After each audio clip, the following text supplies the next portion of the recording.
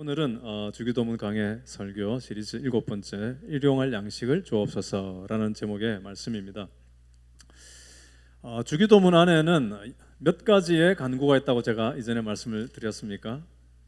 기억나세요? 잊어주셔서 감사합니다. 네. 그래서 제가 또 계속할 수가 있습니다. 주기도문 안에는 조금 학자들마다 다르기는 한데요, 6가지의 간구가 들어있다고 할 수가 있습니다. 그 6가지 중에 앞부분에 있는 3가지는 하나님에 대한 혹은 하나님을 위한 기도라고 할 수 있습니다. 그 다음 이제 뒷부분에 있는 3가지는 우리 자신에 대한, 우리 자신을 위한 기도입니다. 그 우리를 위한 3가지 기도 중에 첫 번째가 바로 오늘의 말씀입니다. 일용할 양식을 주옵소서. Give us our daily bread. 이 양식은 그냥 밥만 말하는 것이 아니라 먹고 생활하고 자녀를 양육하고 사업을 격려하고 또 때로는 미래를 준비하고 하는 그런 우리의 생존과 생활을 위한 모든 것을 다 포함한다라고 할 수가 있습니다. 예수님께서 일용할 양식을 달라고 기도해라고 말씀하신 것은 우리에게 굉장히 위로가 되는 말씀입니다. 왜냐하면 예수님께서 너희에게 그것이 중요하다는 것을 내가 이해한다라고 말씀하는 것이기 때문입니다. 기독교 역사 속에 이 몸은 혹은 이 생활적인 것은, 이 땅의 일들은 중요하지 않고 우리의 영혼과 천국만 중요하다라고 강조하는 그런 운동들이 있었습니다. 그러나 주님께서는 일용할 양식을 위해서 기도해라, 그것이 너에게 중요하지 않느냐라고 주님께서 우리를 아신다라는 것입니다. 우리의 형편을 아신다라는 것입니다. 그런데도 이것 주세요, 저런 것 주세요, 뭘 그런 것 시시하게 콜콜하게 기도하느냐라고 핀잔을 주는 것은 내가 예수님보다 더 신령하고 내가 예수님보다 더 거룩해지려고 하는 교만이 될 수가 있습니다. 우리는 우리의 이 삶의 문제를 가지고 하나님 앞에 분명히 기도할 수가 있어야 합니다. 제가 한국에서 목회를 할 때 해마다 연말이 되면 여러분들의 기도 제목을 적어내세요. 그러면 저도 함께 기도하겠습니다. 그래서 카드를 제가 쭉 다 받습니다. 그러면 어린이나 청소년 중에서도 내는 친구들이 있습니다. 한 번은 어떤 중학생이 낸 기도 카드에 이런 내용이 있습니다. 하나님, 제 다리가 째지게 해주세요. 다리가 찢어지게 해달라는 거예요. 이게 뭔지 아시겠어요? 태권도를 하는 거예요. 태권도를 하는데 다리가 쭉 펴져야 이 발차기도 잘 되고 이 동작이 멋지게 나오는데 다리가 아직 제대로 펴지지가 않는 거예요. 그래서 하나님, 제 다리가 째지게 해주세요. 그래서 제가 새벽에 한 번씩 이 아이 기도 순서가 돌아오면 제가 다리가 찢어지게 해 주시옵소서. 그 엄마한테도 다리 찢어졌어요? 목사님, 이제 해결됐습니다 하고.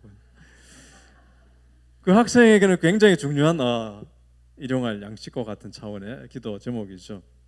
그런데 제가 만약에 여러분의 가정에 신방을 하거나 여러분의 사업장에 일터에 가서 기도를 하는데 하나님, 이 형제님, 이 자매님에게 일용할 양식을 주시옵소서라고 신방 가서 기도를 하면 여러분 그 기도가, 목사의 기도가 좀 반갑겠어요? 좀 떨떠름하겠어요? 아니, 목사님이 이왕에 우리 집까지 와서 이 직장까지 와서 기도를 하시려면 일용할 양식 수준이 아니라 좀 넉넉하게 부어 주시옵소서, 풍성하게 주시옵소서, 이런 기도를 해주셔야지 뭐 일용할 양식 수준만 기도하면 너무한 거 아니야? 이런 생각 들지 않겠습니까?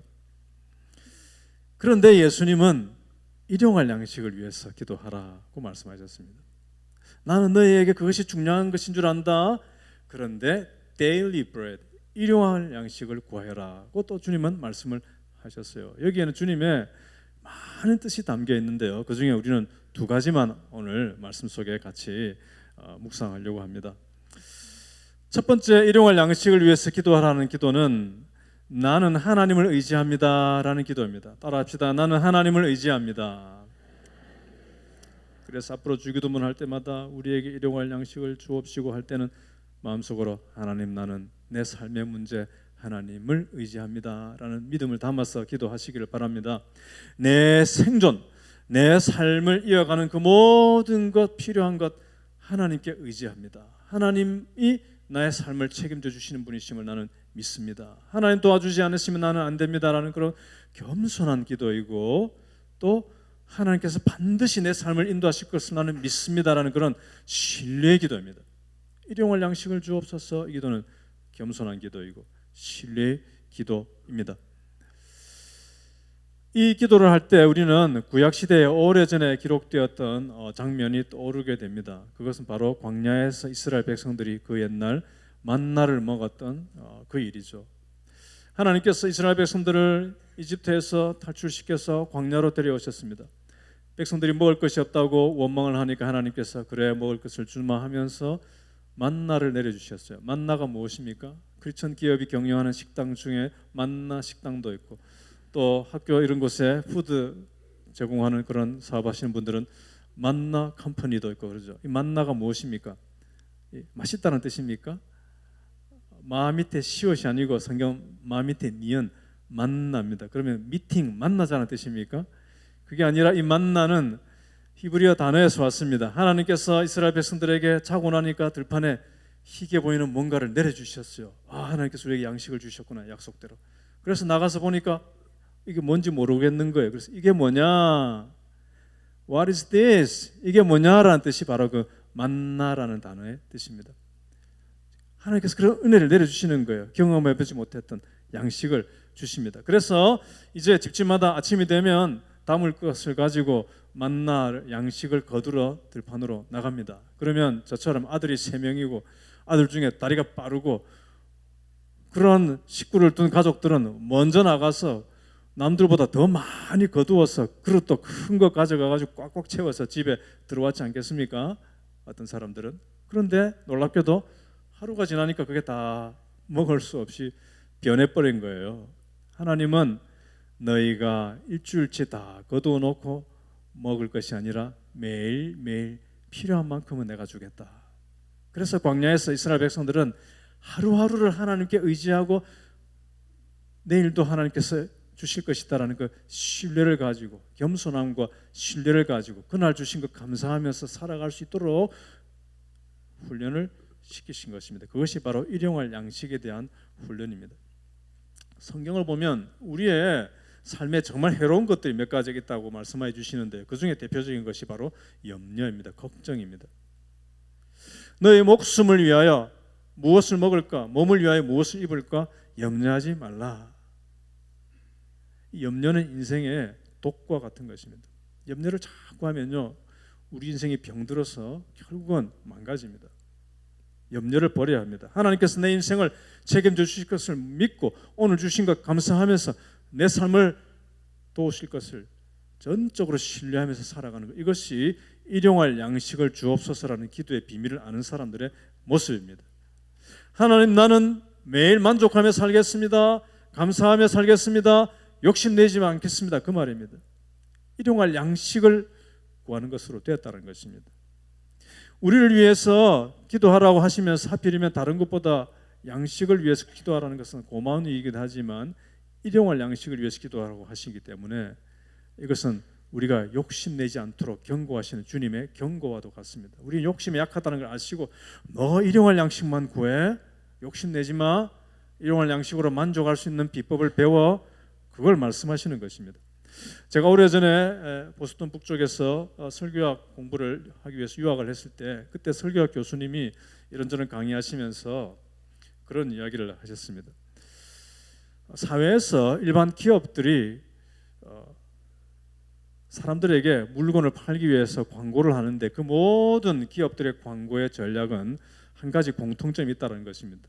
그것은 광고를 통해서 사람들에게 메시지를 던진다는 거예요. You deserve it. You deserve. 당신은 이 멋진 차를 타고 다닐 자격이 있는 분입니다. 빨리 사세요.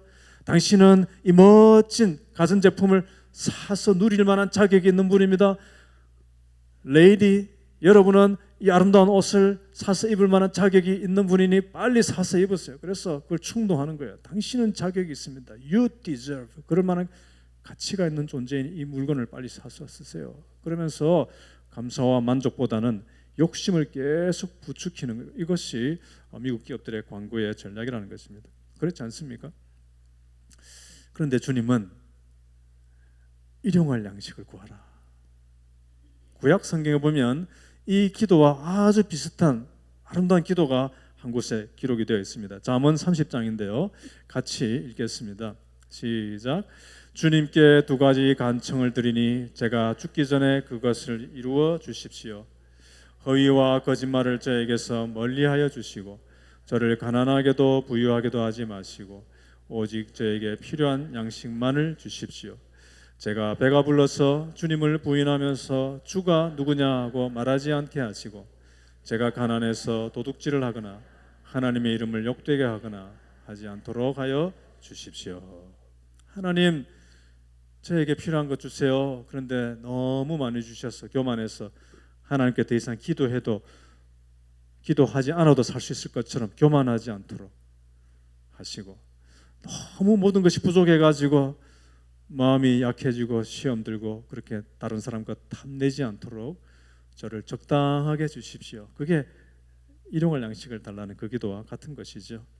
그러니까 앞으로 우리가 이 주기도문을 드릴 때마다 항상 하나님 감사합니다. 저는 만족하겠습니다. 그런데 하나님께서 나의 내일과 미래를 반드시 책임져 주실 것을 나는 믿고 살겠습니다.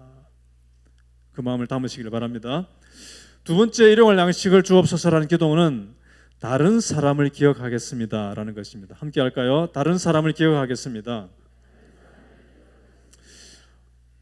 예수님께서 기도하라고 가르치셨습니다. 너의 양식을 위해서 기도해. 그런데 나의 양식이 아니고 우리의 양식을 달라고 기도해야 돼. My bread가 아니고 our daily bread. 우리의 양식을 달라고 기도하라.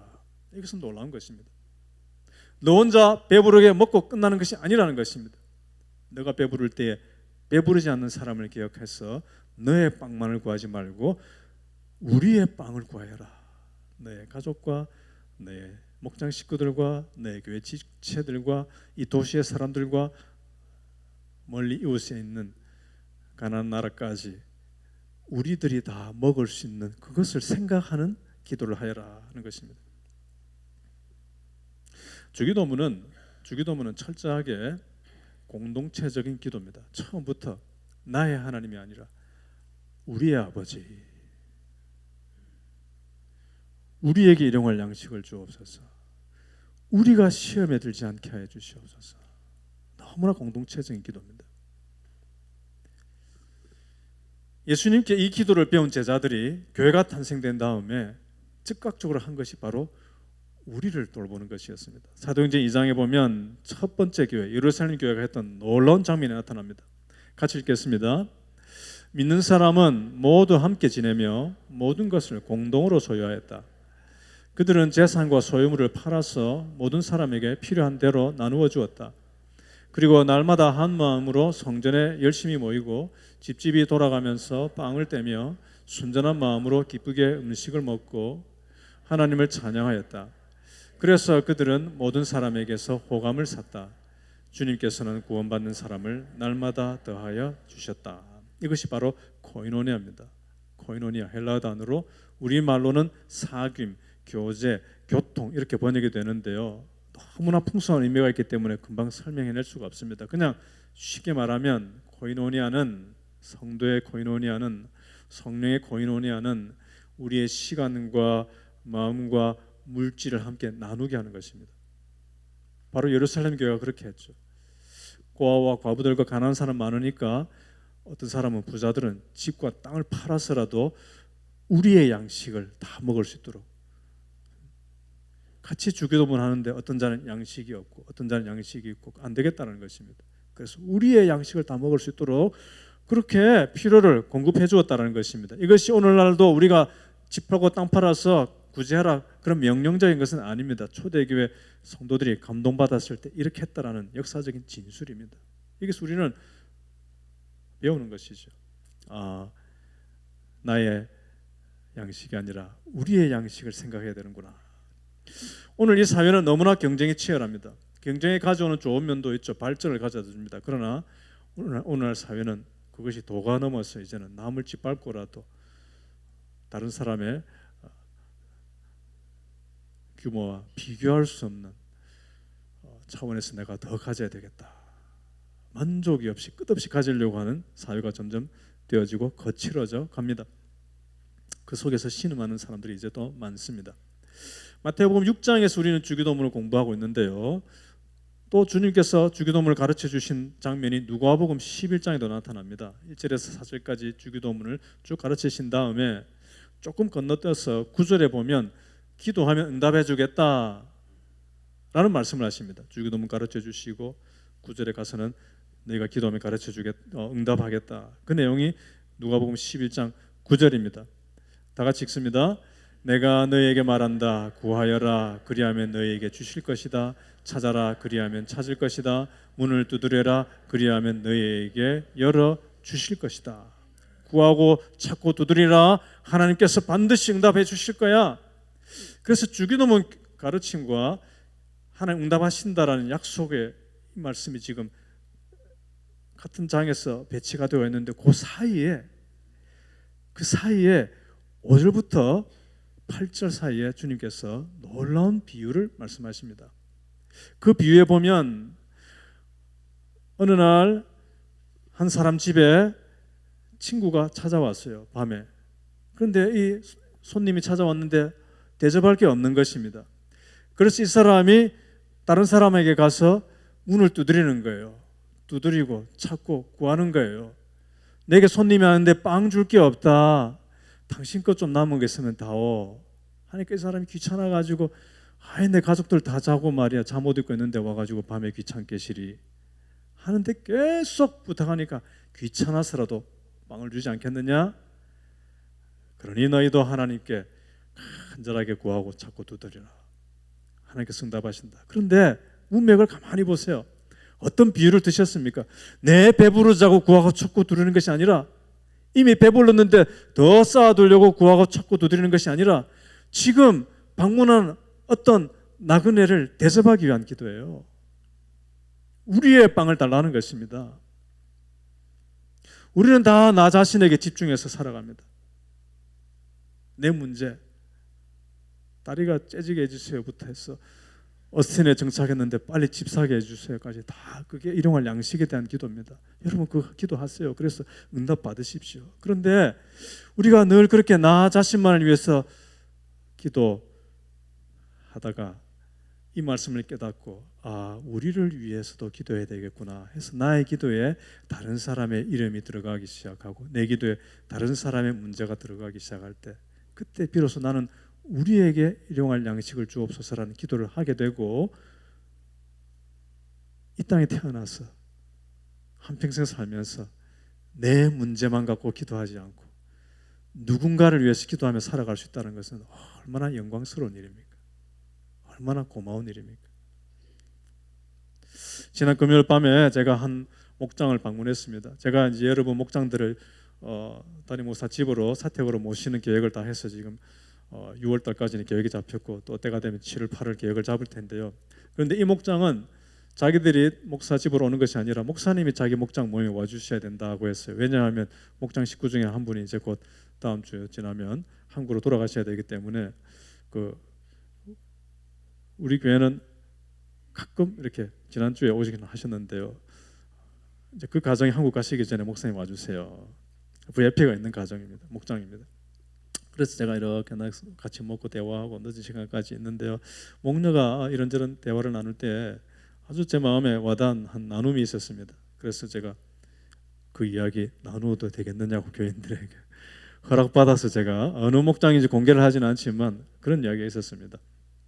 그 전에 몇 년 전에 그 목장에서 목장 식구들 위해서 기도하고 하는데 한 자매가 임신이 안 되는 거예요. 그래서 목장 식구가 열심히 임신되게 해달라고 기도를 했는데 이 목녀가 일정 기간 한국에 가야 되는 어떤 상황이 생겼어요.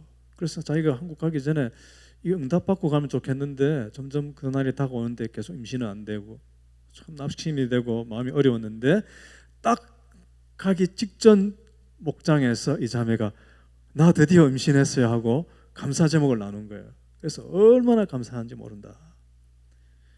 자기 문제도 아니고 다른 사람 임신한 게 그렇게 중요해가지고 조마조마하다가 드디어 임신했다 그러니까 감격하면서 안심하고 이제 한국 방문할 수 있는 그게 뭡니까? 우리의 양식을 주옵소서라는 기도를 아는 사람들의 모습이지 않겠습니까?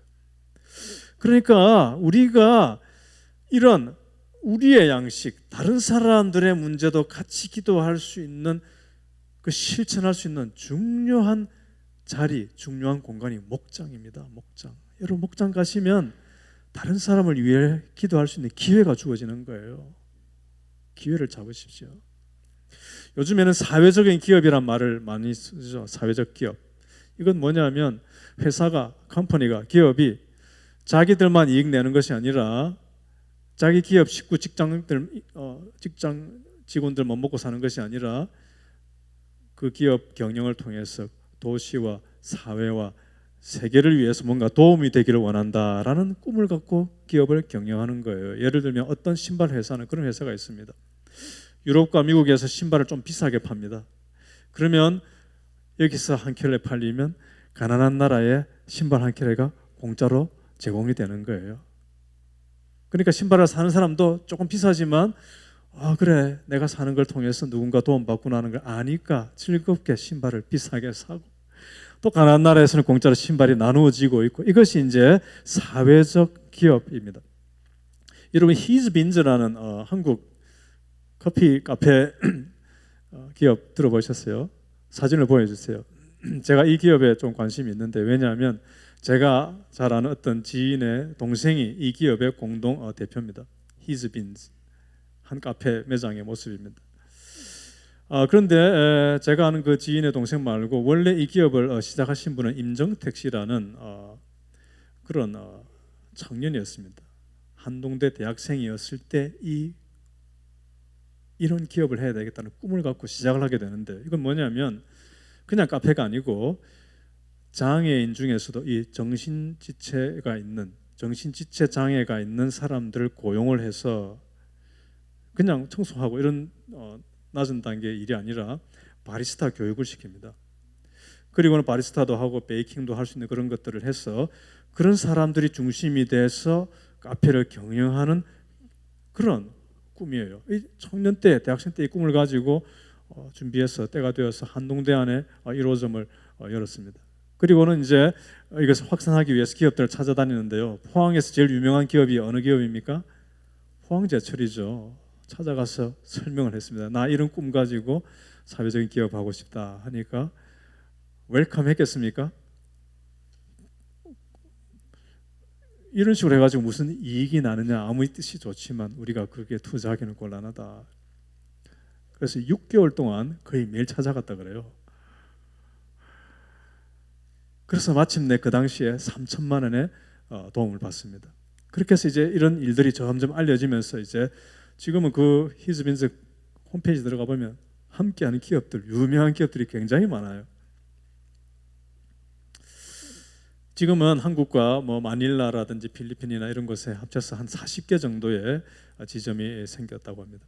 한동대에 그 교수님들이 청년들을 가르치면서 학교 설립 당시도 그 당시에 하영조 목사님과 그런 분들이 투자를 하고 학교를 세우면서 그 교훈의 어떤 팻말은 아니지만 어떤 정신, 스피릿 중에 한 가지가 이런 것이 있습니다. 배워서 남주자.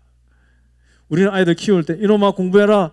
배워서 남주냐 다 네가 다 되는 거지. 돈 벌어서 남주냐 다 네 돈 되지. 그렇게 우리 자녀를 키웠는데 어느 날 한국에서 크리스천들 사이에 이거 마인드를 바꾸자는 운동이 일어났죠. 오래전입니다. 수십 년 전입니다 이미. 그래서 아니다. 크리스천들은 배워서 남주자. 돈 벌어서 남주자. 이제 그 운동이 일어나는 가운데 한동대에서도 그런 운동을 했고, 그래서 그 학생들 중에 이런 기업들이 자꾸 생겨나게 됩니다. 건축 부문에서도 그런 기업들이 생겨나고 그렇게 되죠. 제가 미국에서 동부 쪽에서 목회를 할 때 어느 날 서부 완전히 반대편에 있는 이 세들백 교회, 세들백 교회에서 저한테 책을 한 권 보내주었습니다. 제가 그 전에 2004년 유학을 할 때 세들백 교회 매주 출석하면서 그 교회를 좀 연구하고 교인 등록도 하고, 그래서 거기에 제 이메일도 있고 해서 아마 연락이 온 것 같아요. 그래서 책을 한 권 저에게 공짜로 보내주었는데요. 그 책이 사진 보여주세요. The Hole in Our Gospel. 한국말로는 구멍난 복음으로 번역되는 책인데요. 이 책이 이제 번역되기 전에 그렇게 영어 책을 저한테 하나 보내주었습니다. 이 책을 지은 분은 리처드 스턴스라는 분인데, 이분은 탁월한 기업을 경영하는 분인데 이제 월드 비전이라는 기독교 NGO 단체의 대표가 되어서 미국 대표가 되어서 그런 봉사를 하기도 했습니다. 이분이 이제 여러 경험 속에서 이 책을 이제 쓰신 거예요. 그 내용 중에 이런 내용이 있습니다. 오늘날 크리스천들이 복음에 구멍을 내서 복음이 너덜너덜하게 되어버렸다. 복음은 온전하고 영광스럽고 아름다운 복음인데 크리스천들이 여기에 구멍을 자꾸 내어버렸다는 거예요. 그 내용 중 일부를 제가 번역한 내용, 이런 내용이 있습니다. 크리스천은 예수 그리스도를 따른 사람인데 하나님과 개인적인 관계로 끝나는 게 아니다는 것입니다. 내가 하나님께 구원받고 할렐루야 거기에만 머물면 안 된다는 것입니다. 예수님에 대한 나의 믿음이 밖으로 우리에게로 다른 사람에게로 흘러가야 된다. 그게 안 되면 우리의 믿음은 구멍난 믿음이다. 그래서 구멍난 믿음의 크리스천들이 많아지니까 복음이 구멍나도록 만들어내버린다라는 것이죠. 교회는 열심히 다니지만 주님의 이 온전한 복음에 구멍이 뭔가 부족하도록 만들어버리는 그렇게 보이는 것처럼 만들 수가 있다는 것입니다. 가난한 자를 돌아보라 하는 주님의 말씀, 성경에 있는 말씀들을 무시하고 너무 이기적으로 생활하는 크리스천들이 복음을 그렇게 오염시킨다는 것입니다. 하나님의 자비와 하나님의 긍휼 마음을 전혀 알지 못하는 욕심 많은 크리스천들이 그렇다는 것이죠.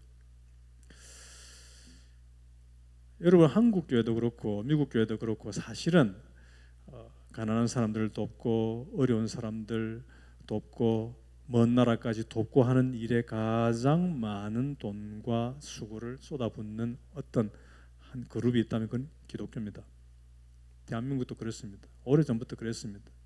구제하고 나누고 돕고 북한 돕기 하고 이런 일에 있어서 기독교라는 한 그룹은 다른 어떤 부문보다도 가장 많이 헌금하고 베풀고 한 일에 힘썼어요. 그런데도 기독교인들은 이기적인 사람으로 많이 공격을 받습니다. 왜 그렇습니까? 개인들이 살아가는 모습들이 많이 그렇게 비치는 거예요.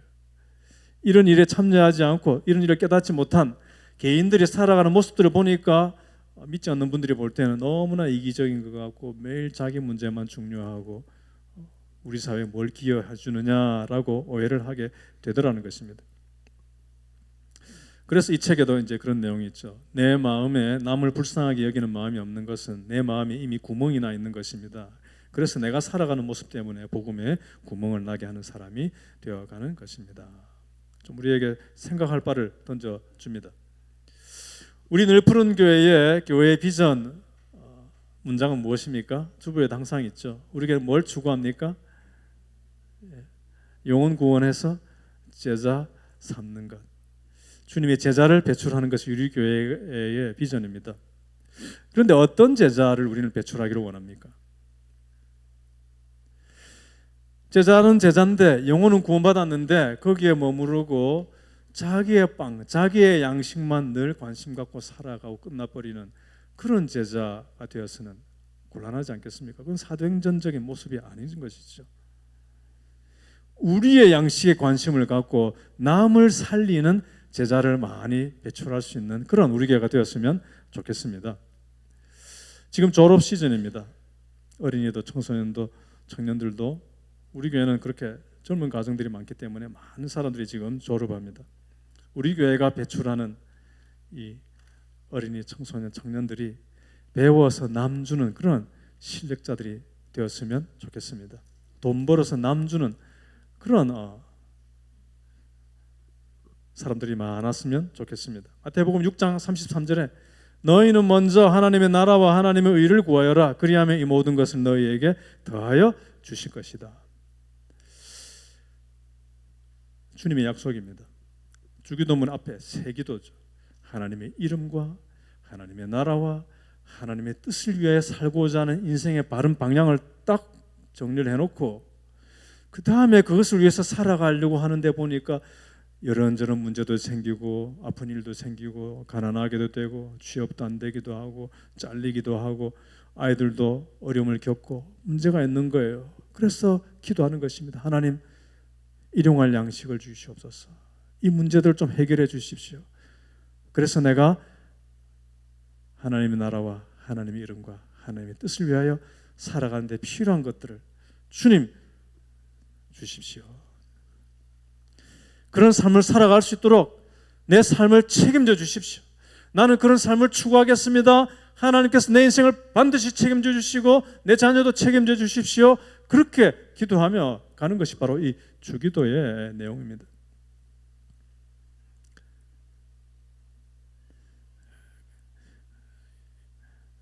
그런 마음이 없이, 그런 방향 정렬이 없이 그냥 내 먹을 것과 내 입을 것만 관심 갖고 산다면 사람들이 볼 때는 부자가 될지 모르겠지만 하나님 앞에서는 가난한 인생이 되는 것이죠.